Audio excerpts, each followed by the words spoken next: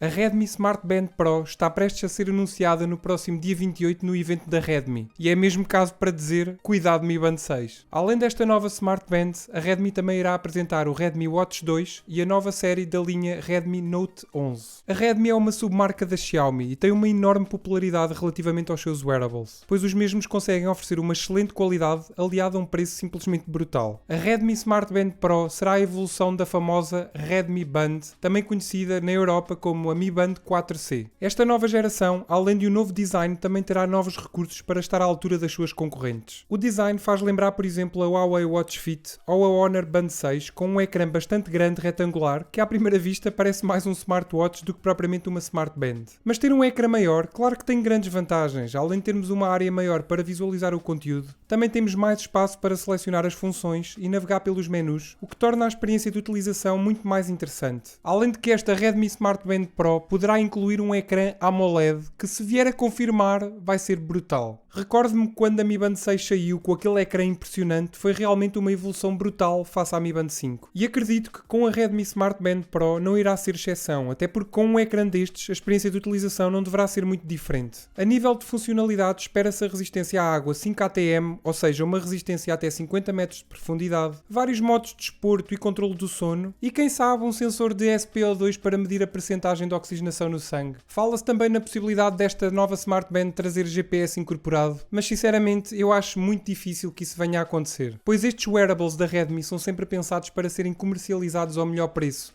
e incluir um GPS vai aumentar bastante o preço. Relativamente a preços ainda não há informação, mas a Redmi Band, também conhecida por Mi Band 4C, está neste momento a custar menos de 20€, por isso eu estou mesmo curioso para saber. E tu, o que é que achaste desta nova Redmi Smart Band Pro? Tens alguma Smart Band da Redmi ou já tiveste? Diz-me aí nos comentários. Espero que tenhas gostado do vídeo, se gostaste já sabes, deixa aquele like que é muito importante e ajuda mesmo muito o canal. Subscreve e ativa o sininho para não perderes todas as novidades e todas as notificações. Vê estes vídeos que eu coloquei aqui ao meu lado que eu sei que vais gostar. E claro, se tiveres alguma dúvida é só deixares aqui em baixo nos comentários. Bem pessoal, obrigado a todos e fiquem bem.